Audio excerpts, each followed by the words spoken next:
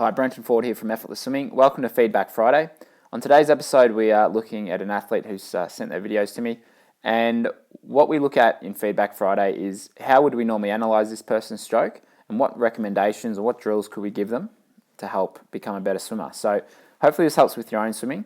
So let's bring it back a little bit here. Probably the best view to look at is just this underwater one from the front. So first of all, we're looking at the left hand here. I normally look at where is that hand entering. We want to enter in line with the shoulders or the ears, roughly in line with that, so that when you enter and extend, you stay in line with the shoulders. You can see the left hand enters a little bit wide, slightly outside the width of that shoulder, and then it extends forward and stays somewhat wide. So when he's at this sort of full reach and extension phase, that hand remains outside the line of his shoulder. Not by much, but probably just enough to want to bring it in slightly. And the reason for that is we want to take up as little space as possible when we're swimming. The first thing we want to do is reduce drag. And with this swimmer, you can just see here how he's taking up quite a bit of space in terms of he's a little bit flat in the water here. That hand is out wide. We want to make it a narrow corridor that we're swimming down. So if he can rotate onto his side a little bit more and he can bring this hand in line a little bit more and keep that in line with his shoulder, it's going to be less space that he's taking up. So that's one way that we could reduce the drag, which is going to also increase his speed. We can then see him reaching and extending forwards. And here we want to start to see the fingertips pointing down to the bottom and the elbow to come out to the side and almost sort of internally rotate with the elbow. And you can just see here, once he gets underneath the shoulder, the hand is actually out wider than the shoulder there, or than the elbow. So when the hand is wider than the elbow there, it's very difficult to use your lats when you're pulling through. If you go through a simple test just where you are, put your hand on the desk and put your hand out wider than your elbow and push down, feel what sort of power you've got, and then bring the hand on the inside of the elbow, see if there's a power difference for you. And it's usually quite substantial. It's very noticeable, the difference in power that you can apply just by getting that hand on the inside of the elbow. So that's where we'd want to get to. Now you can actually see the line from his shoulders through to his upper arm is almost straight, which is great. That's what we want to see. It's just this hand that needs to come in. All right, so if you saw our last Feedback Friday, you will have seen that we want two lines or two angles here. Once we are pulling underneath the shoulder, we don't want to have three different lines, but you can see he's got the two, but that hand's just out a bit wide. You can see that hand comes in. It does finish quite nicely at the back there. It's right next to the hip, which is good. And it looks like he presses back pretty well. On this right side, you can see this hand comes in, along with his shoulder. That's pretty good. And as he comes through, just notice this here, as he's getting his breath, you'll see this shoulder really start to drop down quite low. So we looked at this in last Feedback Friday, where the swimmer was over-rotating through the shoulders on the breath. So he's at 77 degrees rotation, almost all the way on his side, which is just too much, which is most likely causing this shoulder to drop down too low to really get any power from it. And then you can just see how deep he goes with that arm. So if we look at this angle, that angle's 139 degrees. We want that to be 100 to 120, which is going to be just more bend in the elbow. And also we'd want to see the shoulders rotated a bit less here and having the arm somewhere in that position. That's the power zone, this diamond, half diamond shape. That's where you're going to be very effective with what you're doing under the water.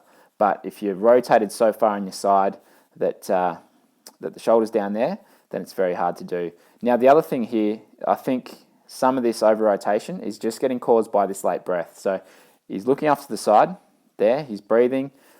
For most people, in terms of the timing of the breath, we want to start to see the head turning back into the water about now. As he's just setting up the catch and beginning the pull through, we want the head to start to be getting back in the water now. But it's not until here, as his hand's already past his shoulder and it's coming towards his hip, that this head comes back. So he's either breathing too late or he's just taking too long to get the breath. So let's see here. That right hand enters, starts to turn his head. I think it's probably just this arm is going into the catch and the pull too soon. He'd be better off spending a little bit more time in this reach and extension phase while he gets this breath so that he can then time the stroke a little bit better. So I see this quite a bit. I run a lot of clinics around Australia. We run camps overseas in Hawaii and Thailand, and I do a lot of online coaching with people from all over the world. And this is one of the most common things that I see just in terms of the timing is not spending enough time in the reach and extension phase. If you pull through too soon, and let's just cut to the top view for a second. So in this top view, you can see that the hand is just going a little bit too deep, a little bit too early, so that the timing of the stroke is just out slightly. All right, so have him swim backwards here. Yeah, so the timing's just out a little bit, especially with this breathing. So you can see here, he takes the breath. That arm has already pulled through. It's about, a little bit hard to see, but it's about underneath his shoulder here. So there's no arms out in front of the head right now. So that's going to cause this splay in the legs. That is some of it's coming from this over rotation here. And it's very hard to get any power from the arm, his left arm there, as his head's out of the water because it's so far underneath him. So what would we do? I'd get him to just reach and extend make it feel for about a second longer. It's not going to be that long, but just make it feel for a little bit longer because we need to exaggerate some of this stuff when we change it. To actually make a change to your stroke, many of the things that we work on, they need to be exaggerated. If you don't exaggerate them, you may not change them at all. And because you'll always come back from that exaggerated position. So just a little bit longer in the reach and extension phase. So I've seen this with a lot of people, and it's counterintuitive to think that you should actually reach and extend, hold the glide a little bit before you pull through, because you'd think it would be faster to actually just get straight into that catch and pull through. But in this reach phase, this is where you get that little bit of extra distance with the stroke that you're taking. This is where you get to finish just back past the hip, get a little bit of press back here to get an extra little bit of reach there. And that's often when your swing can feel a lot easier and more comfortable. Whereas if you just go straight into it, it's like a windmill. You just never sort of get to rest or relax in the stroke at all if the hand moves straight into the catch and pull. So that's why I normally just recommend, it's okay to spend that little bit of time in the reach phase. It doesn't mean you stop and pause and do nothing with it. You just want to slow it down a bit when you're reaching and extending. So if you're looking for video analysis with your own stroke, then check out the Effortless Swimming membership. You can see that on our website at effortlessswimming.com. That's where I personally coach people online from all over the world, from the States, Australia, New Zealand, many places in Europe, in Asia.